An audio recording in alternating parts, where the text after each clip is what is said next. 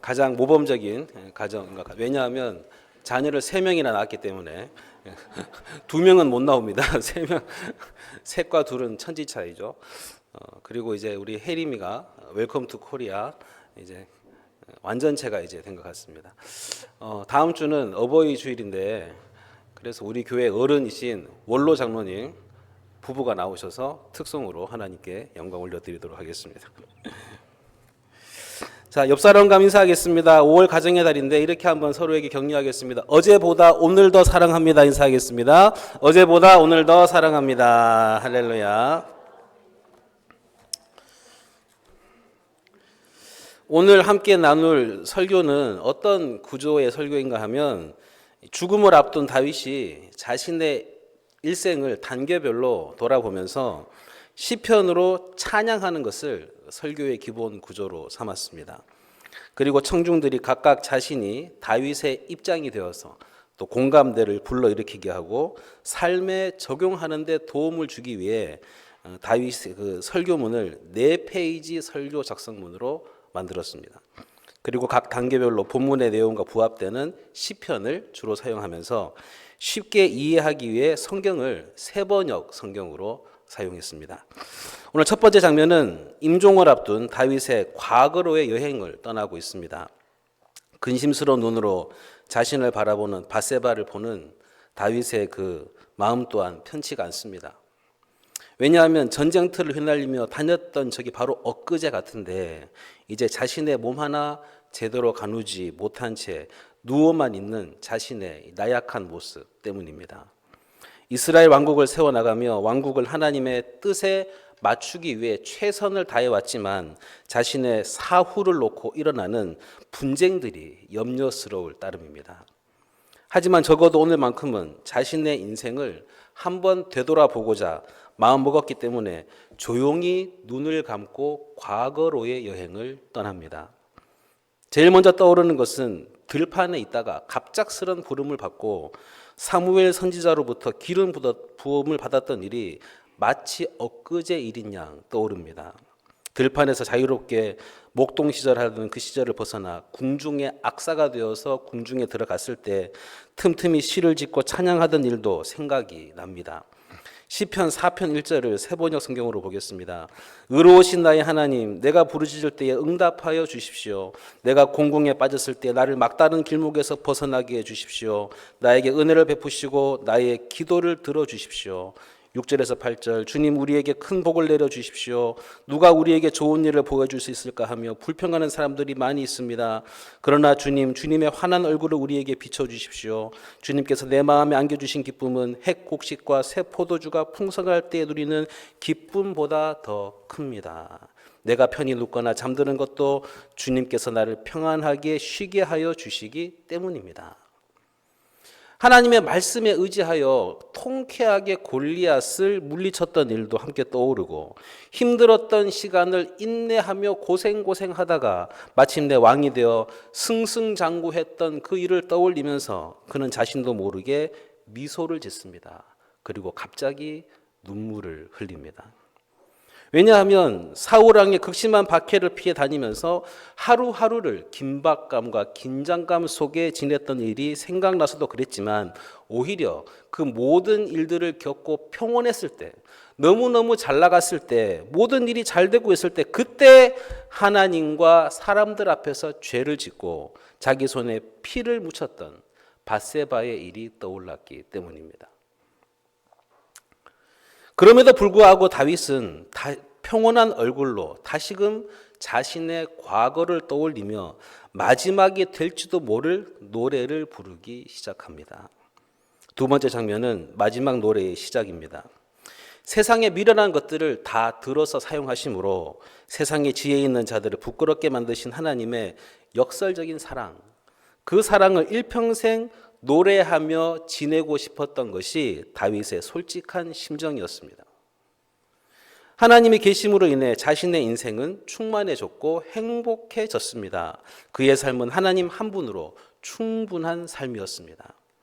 하나님이 없을 때 자신은 비참하고 불행했음을 그 누구보다도 잘 알고 있었습니다. 그랬기에 다윗은 먼저 자신이 누구인지를 하나님 앞에 고백하며 자신의 자랑스럽지 못한 과거까지도 회상하면서 마지막 노래를 시작하고 있습니다. 시편 51편 10절에서 12절을 세 번역으로 보겠습니다.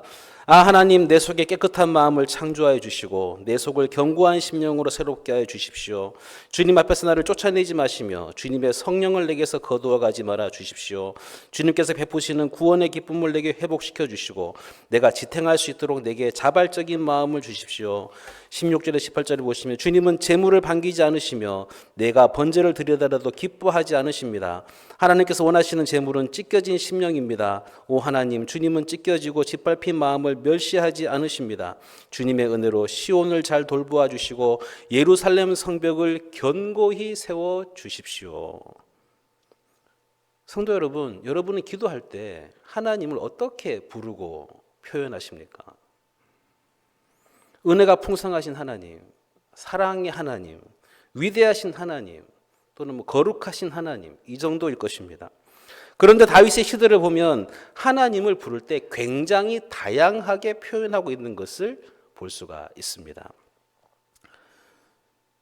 우리도 이것을 배울 필요가 있습니다. 그냥 나를 지켜주신 하나님, 나를 사랑하시는 하나님도 좋지만 이왕이면 반석이신 하나님, 요새이신 하나님이라고 하는 게 얼마나 더 표현이 풍성하고 좋은지 모릅니다.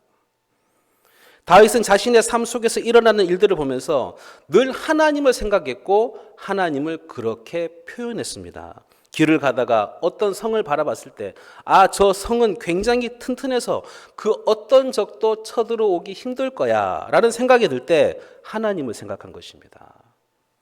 하나님은 저 성보다 더 강력하게 나를 보호해 주시는 분이시다. 우리도 뭔가를 볼 때 그냥 넘어가지 마시고 이것들보다 훨씬 강하신 하나님이 나를 지켜주신다 라고 생각해 보시기를 간절히 바랍니다. 머리로만 헤아릴 수 없는 어마어마한 시적인 언어들이 다윗의 입을 통해서 흘러나왔고 또 악기를 통해 표현되어 나왔습니다. 지금 그 음악은 전해지지 않고 가사만 전해지기 때문에 어떤 음악이었는지 정확하게 우리가 알 수는 없지만 노래로, 악기로, 언어로 아름다운 노래를 만들어서 하나님을 찬양했던 것입니다.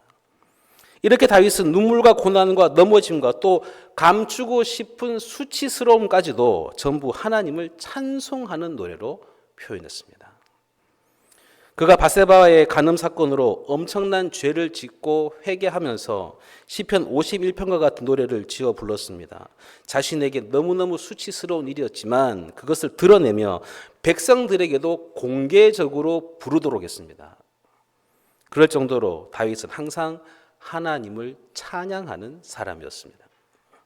그래서 다윗의 온 생애가 다 노래가 되었고 찬양곡이 되었습니다. 그 노래는 내가 잘났다는 자기 자랑이 아니라 하나님이 내게 이렇게 해주셨다. 하나님은 내게 이런 분이셨다라는 고백의 노래였습니다. 얼마나 놀랍습니까? 이런 언어가 우리의 입에 계속 있다면 우리도 우리의 삶이 놀랍게 펼쳐지게 될 것입니다. 세 번째 장면은 하나님을 향해 부르는 노래입니다. 이어지는 다윗의 찬양은 변치 않는 하나님에 대한 열렬한 사랑의 찬양이 계속됩니다. 그 와중에도 다윗은 자신의 재능을 가지고 찬양하는 것이 아니라 여호와의 영을 통해 찬양한다는 겸손함을 잊지 않습니다. 그의 입에서 나오는 찬양을 듣는 주위 사람들은 그저 놀랍고 감격스러웠을 것입니다. 오늘 본문의 병행 구절인 사무엘하 23장 3절과 4절을 보시면 이렇게 나와 있습니다. 이스라엘의 하나님이 말씀하시며 이스라엘의 반석이 되게 이르시기를 사람을 공의로 다스리는 자 하나님을 경외함으로 다스리는 자여 그는 돋는 해의 아침빛 같고 구름 없는 아침 같고 비 내린 후에 광선으로 땅에서 움이 돋는 새풀 같으니라 하시도다.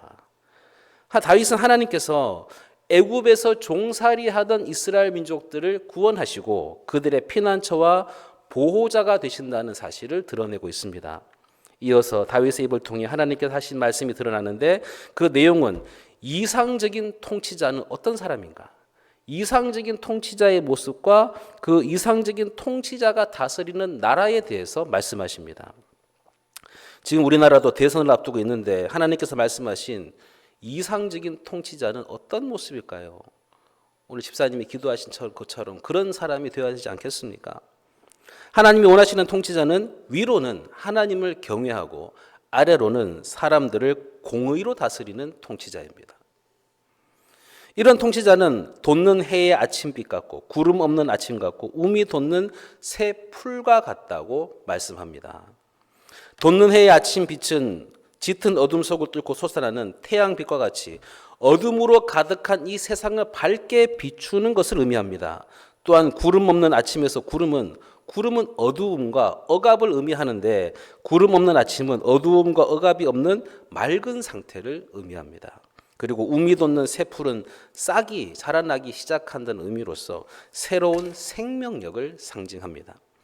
이것이 다윗의 입을 통해 하나님이 말씀하신 이상적인 통치자의 모습입니다. 혹자는 이렇게 생각할 수 있습니다. 다윗이 이런 이상적인 통치자의 모습에 근접했던 사람이 아닌가? 하지만 그 역시 밧세바와의 그 사건을 통해 죄의 욕망으로 얼룩진 모습을 보였습니다. 하나님을 경외한 왕들 중에서 단연 최고로 평가받는 다윗조차도 이런 죄의 욕망으로 얼룩진 모습이 있는데 하물며 하나님을 경외하지도 않고 자신의 이름만을 높이며 자신의 욕망만을 채우기에 급급했던 왕들은 굳이 언급할 필요도 없다는 사실입니다. 그렇다면 하나님이 말씀하고 계신 이 세상의 왕들과는 전혀 다른 그런 모습의 가장 이상적인 통치자는 누구일까요? 그분은 바로 다윗의 혈통으로 오시는 예수 그리스도십니다. 이 땅에 오시는 예수 그리스도, 하나님께서는 다윗을 통해 의와 공의로 세상을 다스리시는 통치자, 곧 메시아이신 예수 그리스도에 대하여 다윗을 통해 예언하게 하신 것입니다. 허물투성이인 세상의 왕들과는 달리 예수 그리스도는 완전하시며 우리에게 길과 진리가 되시며 우리에게 빛과 소망이 되십니다. 예수 그리스도만이 진정한 우리의 왕이 되어주십니다.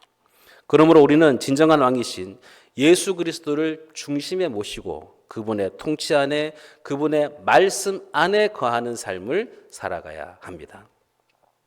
이에 그치지 않고 다윗은 사랑하는 아들 솔로몬에게도 마지막 말을 남깁니다. 오늘 제가 말씀드리고 싶은 부분 여기부터입니다. 오늘 본문 열왕기상 2장 2절의 4절을 세 번역으로 읽어보겠습니다. 나는 이제 세상 모든 사람이 가는 길로 간다. 너는 굳세고 장부다워야 한다. 그리고 너는 주 너의 하나님의 명령을 지키고 모세의 율법에 기록된 대로 주님께서 지시하시는 길을 걷고 주님의 법률과 계명, 주님의 율례와 증거의 말씀을 지켜라. 그리하면 내가 무엇을 하든지 어디를 가든지 모든 일이 형통할 것이다.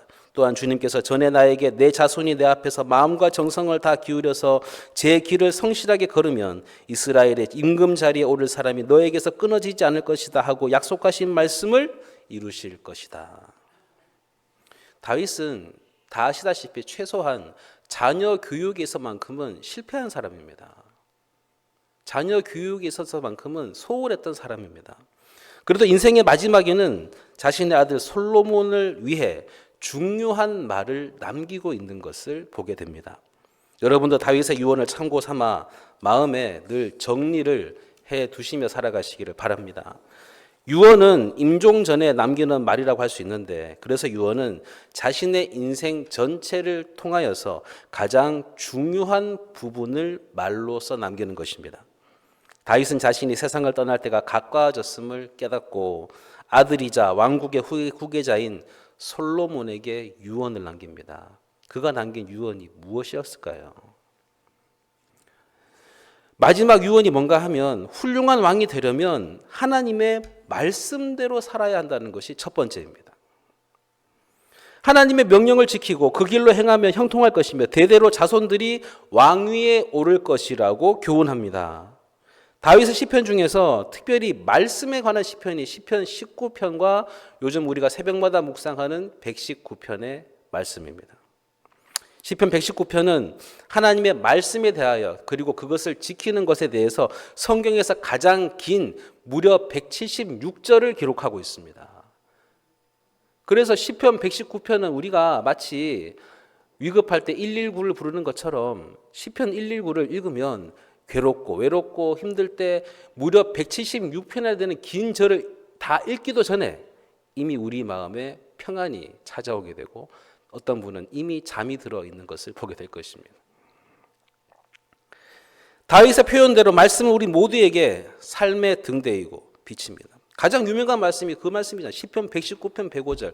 함께 우리 외워볼까요? 시작. 주의 말씀은 내 발의 등이요 내 길의 빛이니이다. 말씀대로 사는 것이 어떤 것인가? 시편 119편을 여러분이 쭉 읽어보시면 도움이 되실 것입니다. 다윗의 표현대로 말씀은 우리 모두에게 있어서 삶의 등대이고 빛이고 또 요즘식으로 말하면 내비게이션이고 뭐 그렇습니다. 그러므로 주께서 비춰주신 대로 가고 비춰주시지 않는 데는 억지로 가려고 하지 않는 복된 성도들이 되시기를 간절히 바랍니다. 두 번째 유언이 뭔가 하면 공의로 심판하고 은혜를 갚으라입니다. 이어서 다윗은 자신에게 악을 행한 자에게 공의의 심판을 행하라고 솔로몬에게 유언하고 있습니다. 요압과 시므이에게는 그들이 행한 대로 공의와 심판을 행하라고 말합니다. 그리고 다윗이 압살롬을 피해 도망 다닐 때 자신에게 은혜를 베풀어 주었던 바르실레의 아들들에게는 은총을 베풀라고 유언을 남깁니다. 7절 말씀을 세 번역으로 보겠습니다. 그러나 길르앗 사람인 바르실레의 아들들에게는 자비를 베풀어서 내 상에서 함께 먹는 식구가 되게 하여라. 그들은 내가 내 형 압살롬을 피하여 도망갈 때에 나를 영접해 주었다. 5절과 6절을 보면 다윗이 요압을 가만 두어서는 안 된다고 말합니다. 또 8절에 나오는 시므이도 가만 내버려 둬서는 안 된다고 말합니다. 하지만 7절에 나오는 바르실레의 아들들에게는 은총을 베풀어 주라고 유언합니다. 다윗이 압살롬을 피해 도망가던 중에 길르앗에 살던 바르실레라는 사람이 다윗과 다윗의 부하들에게 융숭하게 대접했던 적이 있었습니다. 그 후에 다윗이 압살롬의 난을 다 평정하고 이 노인에게 너무나 감사해서 예루살렘 왕궁에 가서 나랑 같이 삽시다라고 제안합니다. 그런데 이 바르실레라는 노인이 거절합니다. 하지만 그 대신 자기 아들 김함, 자기 아들을 다윗의 손에 부탁합니다. 우리 아들 좀 잘 봐주십시오. 나는 돌보지 않아도 됩니다. 나는 이제 죽을 날이 다가왔습니다. 우리 아들 좀 챙겨주십시오. 이런 부탁을 하는 것입니다. 그래서 다윗은 이 바르실레에 대한 리스펙트로서 지금 죽어가면서도 솔로몬에게 특별히 이 부탁을 하고 있습니다. 가만히 보면 지금 다윗이 자신의 대에 있었던, 자신의 시대에 있었던 모든 불안의 요소들을 다 제거하고 솔로몬이 새 출발을 할 수 있도록 돕고 있는 것을 볼 수가 있습니다. 요압은 다윗에게 있어서 큰 마음의 부담이었습니다. 충성심을 바탕으로 다윗을 가장 옆에서 괴롭혔던 사람이 요압이었기 때문입니다. 너무 충성스러운 종이었기 때문에 부하였기 때문에 들어주지 않을 수가 없었습니다. 오히려 그가 나쁜 마음을 먹으면 다윗도 어떻게 할 수 없는 그런 사람이 요압이었습니다. 또 가장 힘들고 어려울 때 자기를 힘들게 했던 사람이 또 시므이였습니다. 충성심을 담보로 괴롭혔던 요압과 자기가 힘들 때 더 힘들게 만들었던 시므이. 그래서 이 사람들을 가만두면 안 된다. 또 자신에게 좋은 영향력을 끼쳤던 사람들은 계속해서 후대하고 나쁜 영향력을 끼쳤던 사람들은 과감하게 끊어버리라고 말하는 것입니다. 그렇게 함으로써 아들 솔로몬이 새로운 정권을 세워나가는 데 있어서 모든 정적들이 사라지게 됩니다. 그러니 솔로몬의 왕권에 감히 도전할 세력이 없기 때문에 그가 탄탄한 정치를 해나갈 수가 있었습니다. 솔로몬이 아무리 지혜의 왕이라 할지라도 선대 아버지가 이런 길을 닦아주지 않았다면 솔로몬의 그 지혜도 빛을 발하지 못했을 것입니다. 왜냐하면 정적들을 제거하느라 그 지혜를 사용했기 때문에 그 지혜를 사용하느라 온갖 시간을 다 소비하고 말았을 것입니다. 아버지가 그 길을 다 닦아주고 세상을 떠났습니다. 성도 여러분, 축복받고 싶으십니까? 그렇다면 나쁜 것들을 다 쫓아내고 몰아내고 그것으로부터 자유함을 얻어야 합니다. 거기서부터 새롭게 시작해야 합니다. 맹모 삼천지교라는 말이 있지 않습니까? 맹자의 어머니가 아들의 그 교육을 위해 이사를 3번이나 했다는 이야기인데, 마찬가지로 신앙생활을 위해서도 좋은 환경이 있습니다. 좋은 습관이 있고 좋은 사람들이 있습니다. 그리고 그렇지 못한 것들은 과감하게 끊어버려야 합니다. 우리 모두가 하나님의 뜻대로 살아가기 위해 지금 끊어야 할 것들이 정리되고 끊어지기를 간구하면서 하나님의 말씀대로 살아갈 수 있는 그런 신앙생활의 환경 속에 살아가는 복된 성도들이 되시기를 간절히 바랍니다. 성도 여러분, 다윗의 유언은 그의 신앙을 후손에게 물려주는 메시지입니다.